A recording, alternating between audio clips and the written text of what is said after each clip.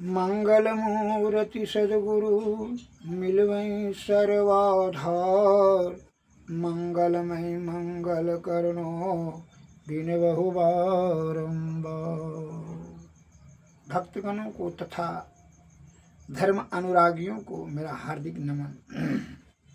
संत वाणी में आया है, संत दरस फल परम अनूपा, ब्रह्म दरस सहज जीव स्वरूपा।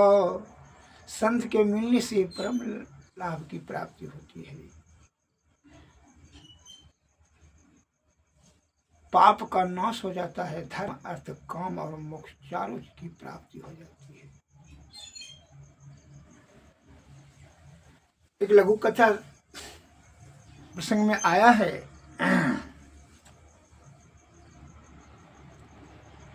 कि निजामुद्दीन औलिया बहुत पहुंचे हुए संत थे, बड़ी त्यागी पुरुष थे, शुद्ध चित्त आत्मा, वह ईश्वर के परम भक्त थे।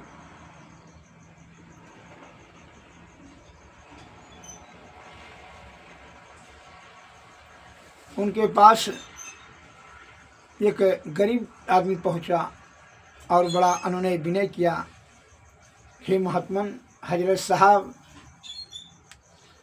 मैं बहुत गरीब आदमी हूँ, मेरी लड़की की जो है शादी हम करना चाहते हैं, उसके लिए कुछ धन की आवश्यकता है, आप कृपा करके कुछ दें।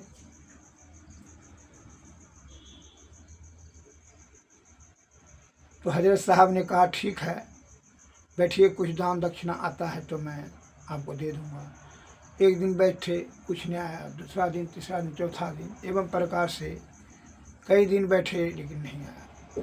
बड़ा उदास और निराश होकर के वो गरीब आदमी जाने लगा का हजरत साहब जब नहीं आता, हमारा नसीबे किस्मतें खराब है, जाते हैं हम तब। बड़ी उदास दिल से जाने लगा। तो हजरत साहब ने कहा रुको, अच्छा लोग कुछ नहीं दे पाए, ये जूती ले लो, हमारा तो जूती दे दिए, कहा जाइए लेते जाइए। यह अंतरात्मा से ईश्वर का अभिनंदन किए, कहा हे भगवान, हे ईश्वर, परमपिता परमेश्वर, इस निस्सहाय और गरीब आदमी का मैं कुछ सेवा नहीं कर सका। बड़ा आंतरिक दिल से वह पुकारा ईश्वर को। अब ईश्वर की कृपा जो है, भक्त के पुकार पर तो ईश्वर कैसे रुकेंगे, उनका कृपा तो बरसना ही है। कहा है, भगत के वश में है भगवान, भगत के वश में है भगवान। जो शुद्ध चित्त आत्मा से स्तुति और अनुनय विनय से निष्पाप, निष्कपट, पूर्ण श्रद्धा और आस्था से, पूर्ण विश्वास के साथ ईश्वर को पुकारते हैं, ईश्वर को आना ही पड़ता है और विवश हो जाते हैं। वह आंतरिक पुकार से ईश्वर द्रवित हो गए। अब तो उनका गरीब का जो है वो मदद करना ही पड़ा। तो संयोग की बात हुई, ईश्वर की कृपा कहिए कि जिस रास्ते से यह गरीब आदमी लौट करके अपने घर को जा रहा था, तो उसी रास्ते से जो है अमीर खुसरो आ रहे थे अपना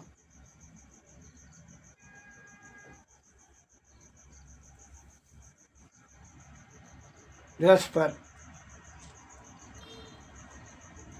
तो वह भी शिष्य थे, सच्चे शिष्य, निजामुद्दीन साहब के। तो उनका जो है जूती का खुशबू आया कि क्या संत का खुशबू आ रहा है। वो जैसे जैसे वह गरीब आदमी के पास पहुंचा तो उसको समझ में आ गया कि आप कहाँ से आ रहे हैं। कहा हम दिल्ली गए थे, निजामुद्दीन साहब संत से कुछ मांगने के लिए कि लड़की जवान है, उसकी शादी के लिए कुछ, लेकिन कई दिनों पर रहने के बाद भी उनको एक को पैसा नहीं हुआ, कुछ धन प्राप्त नहीं हुआ, तो हमको कहाँ से देंगे, वो तो फकीर है, ये है। बेचारे को उन्होंने आश्वासन दिया कि आने दीजिए, कुछ आएगा हाथ में तो देंगे, लेकिन कुछ नहीं मिला। तो यही जूती दिए, क्योंकि लेते जाइए जूती। वह जूती को देख करके अति प्रसन्न हुए अमीर खुसरो और कहा बड़ी विनम्र भाव से, यह हमारे गुरु निजामुद्दीन साहब का जो है जूती है, इसलिए इनका खुशबू अत्यंत प्रभावशाली है, इसलिए मेरा हृदय प्रसन्नचित्त हो गया। तुम बोलो इसको बेचोगे? क्योंकि इसका क्या कीमत देगा, क्योंकि तुम जो मांगे वो ही देंगे, जो आपका इच्छा है। उन्होंने सोना चांदी बहुत सारे जेवरात एक ऊँट पर लाद कर करके कपड़ा लत्ता इत्यादि बहुत से धन दे कर करके उनको गरीब आदमी को दिया और जूती ले लिया। ठीक है, ले जाइए। बड़ी गरीब आदमी प्रसन्न हुआ और चले गए खुशी खुशी से, अपना लड़की का शादी ब्याह की। और यह अमीर खुसरो दिल्ली आए तो जूती को झाड़ कर करके अपने अंगूठा से प्रेम के आंसू से धोकर करके अपने गुरु के चरणों में पहना लिया। गुरुदेव पहनिए। क्योंकि अरे ये तो दिए थे उनको। क्योंकि हाँ जी गुरुदेव, उनसे मैं उसको धन दे करके हम इसको खरीद लिए हैं। क्योंकि जो भी धन दिया कम ही दिया। यह सुन करके बड़ा प्रसन्न हुए और ईश्वर को मन मन धन्यवाद दिए कि ईश्वर ने हमारी पुकार को सुन लिया। इसलिए कहता है कि जो आंतरिक दिल से हृदय से अगर ईश्वर को पुकारो तो वह आने के लिए, आपका सेवकाई करने के लिए, मदद करने के लिए वह जो है वो बेचैन हो उठता है।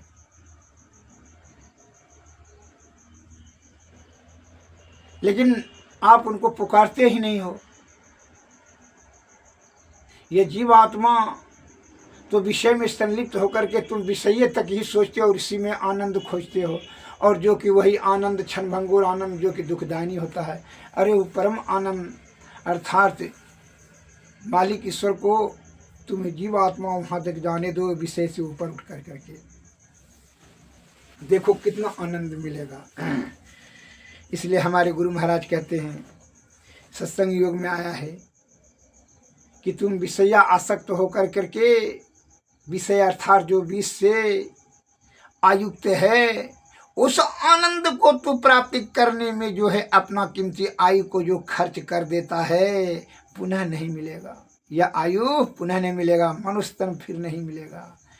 इसलिए संत योग में आया है, इस संग योग में क्या सोबत गफलत के मारे, जाग जाग मन जाग रे, अंत काल संगी न होगा, संग न चल कऊ तेरे रे, क्या सोबत गफलत की मारे, जाग जाग मन मेरे रे।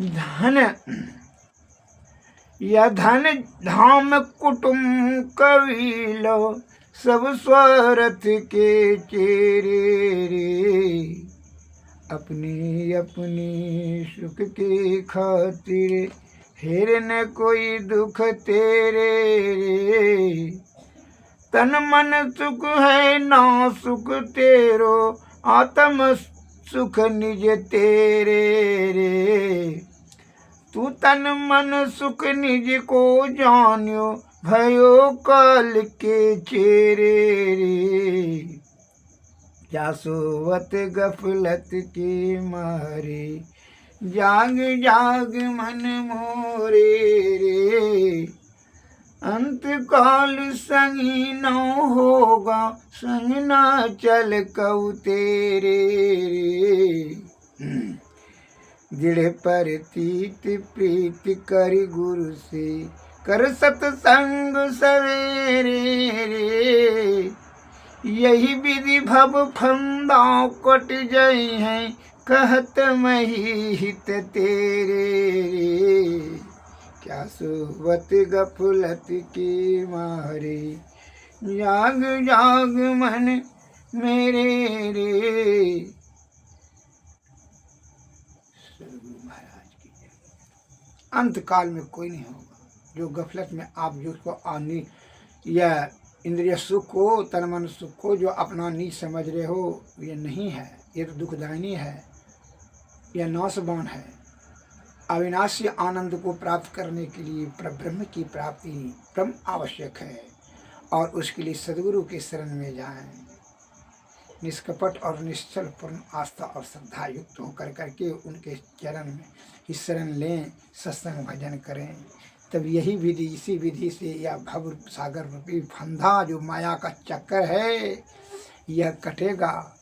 नहीं तो जो है धन धाम और कुटुंब और कबीला सब वो अंत काल में कोई काम नहीं आएगा। श्वास रुकने की जो है एक दिन के बाद ही तुमको जो है कहेगा घर से निकालो, फिर जला करके आपको राख कर देगा। फिर आपका जो है कोई काम नहीं आएगा। धर्म ही आपका आपके साथ तक जाएगा।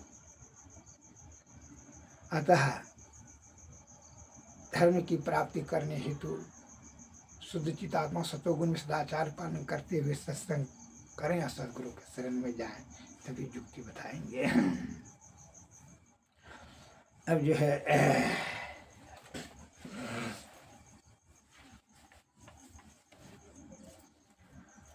आरती की जाएगी।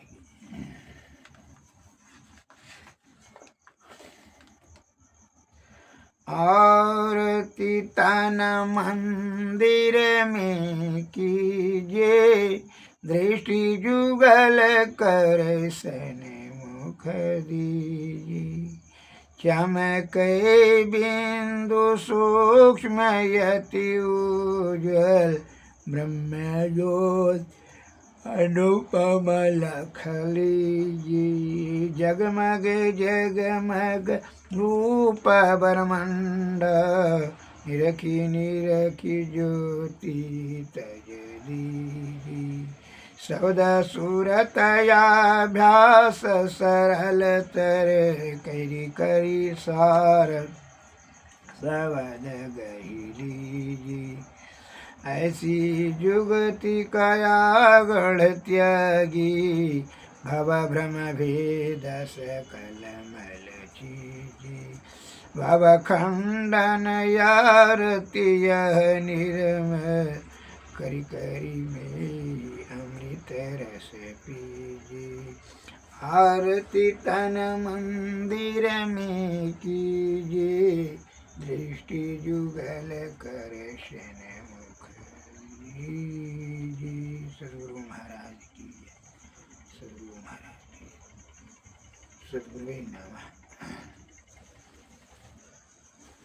नमस्कार।